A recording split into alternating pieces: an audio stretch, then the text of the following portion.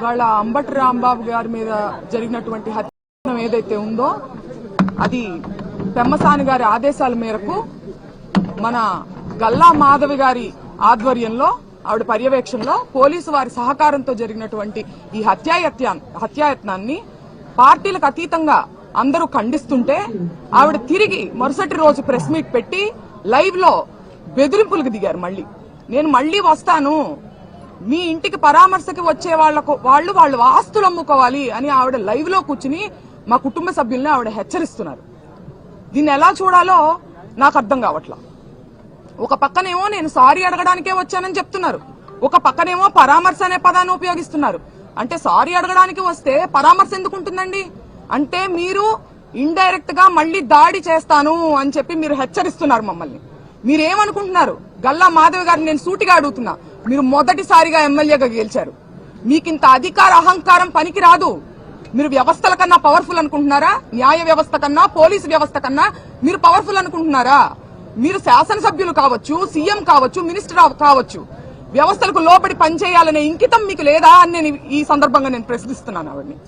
అలాగే పెమ్మసాని గారు, ఆయన చాలా చదువుకొని దేశ విదేశాలు తిరిగి ఆయన తిరిగి రాజకీయాల్లోకి వస్తున్నారు అంటే నిజంగా పార్టీలకు అతీతంగా ఒక ఎడ్యుకేటెడ్ పర్సన్ గా ఆయన ఏదో ఇక్కడ ఉన్నటువంటి బురద రాజకీయాల్ని ప్రక్షాళన చేస్తారని నేను అనుకుంటే, జనం కూడా అనుకుంటే ఆయన ఇక్కడ ఉన్నటువంటి బురద రాజకీయాలను ఇంకా భ్రష్టు పట్టించే విధంగా ఆయన ఆలోచన విధానం ఉండడం చాలా దురదృష్టంగా నేను భావిస్తున్నాను. అలాగే ఆఫీసుకి ఇంటికి నిప్పు పెడతారా? ఆఫీసుకి ఇంటికి నిప్పు పెట్టారు, పక్కనున్న ఇళ్లకి ఆ నిప్పు అంటుకుంటే మొత్తం పక్కనిళ్లలో ఉన్నటువంటి సామాన్య ప్రజానికం వాళ్ళకి ఇబ్బంది కలుగుతుందనే విచక్షణ మీరు కోల్పోయారా? కక్షతో మీ కళ్ళు మూసుకుపోయినాయా అని నేను ప్రశ్నిస్తున్నాను.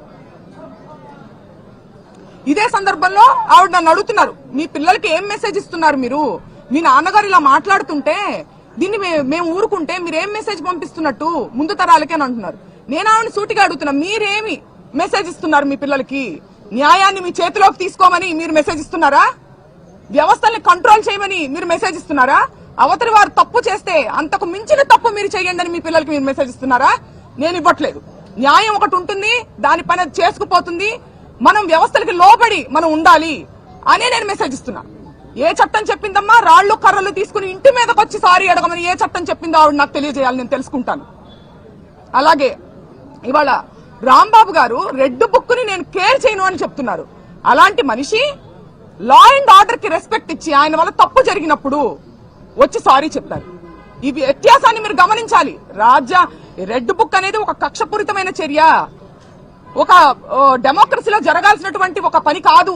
కాబట్టి ఆయన దాన్ని ఎదిరించి ధైర్యంగా నిలబడి, ఒక పక్కనేమో ఆయన వల్ల తప్పు జరిగినప్పుడు జెంటిల్మెన్ గా ఆయన వచ్చి సారీ చెప్పడం జరిగింది. అయినా కూడా దాడి చేశారు. కానీ నేను చెప్తున్నాను, ఇవాళ అంబటి రాంబాబు గారు 2000 మంది చుట్టుముట్టిన ఇంటిని లోపల కూర్చుని ఒక్కళ్లే రాళ్లు రువ్వుతున్నా, కత్తులు దూస్తున్నా, గుణపాలు గోడల్లో నుంచి దిగుతున్నా ధైర్యంగా కూర్చున్నారు. ఆ ధైర్యం ఎక్కడిది? వ్యవస్థ మీద ఉన్నటువంటి నమ్మకమే ఆయనకు ఆ ధైర్యం ఇచ్చిందని నేను నమ్ముతున్నాను. కానీ వాళ్ళ వ్యవస్థని నిర్వీర్యం చేసి, పోలీసుల్ని డమ్మీ చేసి, పోలీసు వ్యవస్థ అనేది ఎంత పవర్ఫుల్, దాన్ని డమ్మీలుగా చేసి మీరు ఇంటి మీదకి వచ్చి ఆడవాళ్ల మీద కూడా దాడి చేస్తారా? మీరు గమనించుకోవాలి. అలాగే నేను పవన్ కళ్యాణ్ గారిని, చంద్రబాబు నాయుడు గారిని ఇద్దరిని నేను లా అండ్ ఆర్డర్ ని కాపాడమని నేను అడగడం జరిగింది. నేను అడిగితే మమ్మల్ని వాళ్ళు ప్రశ్నిస్తున్నారు. పవన్ కళ్యాణ్ గారు మీరు ఇప్పుడు గుర్తొచ్చారా, మీకు ఇప్పుడు గుర్తొచ్చారా అని మమ్మల్ని ప్రశ్నిస్తున్నారు. నేను వాళ్ళని సూటిగా అడుగుతున్నా, పవన్ కళ్యాణ్ గారిని తల్లిని తిట్టి మీరు ఓట్ల కోసం వచ్చేసరికి మీకు పవన్ కళ్యాణ్ గుర్తు రావచ్చునా? మాకు మటుకు లా అండ్ ఆర్డర్ ని కాపాడడానికి పవన్ కళ్యాణ్ గారు డిప్యూటీ సీఎం గా ఉన్నప్పుడు మేము అడగకూడదు ఆయన్ని?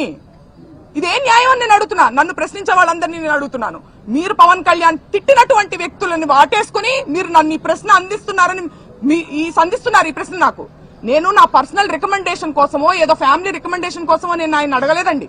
నేను అడిగింది లా అండ్ ఆర్డర్ ని కాపాడమని ఒక డిప్యూటీ సీఎం గా ఆయన నేను అడిగాను. తద్వారా అంబటి రాంబాబు గారు ఇతరులు కాపాడబడతారు లా అండ్ ఆర్డర్ ని కాపాడినప్పుడు. దీన్ని మీరు ఒకసారి మీరు ఆలోచించుకోవాలి. మీ మనస్సాక్షికి దీన్ని వదిలేస్తున్నాం. అలాగే ఈ సందర్భంగా మా కోసం ఈ కష్టకాలంలో మాకు సపోర్ట్ గా ఉండడం కోసం, మాకు ధైర్యాన్ని ఇవ్వడం కోసం తరలి వచ్చిన మా అన్నలకి, తమ్ముళ్ళకి అందరికీ నేను ఎప్పటికీ రుణపడి ఉంటానని, మా కుటుంబం ఎప్పటికీ రుణపడి ఉంటుందని తెలియజేసుకుంటున్నాను. కృతజ్ఞతలు.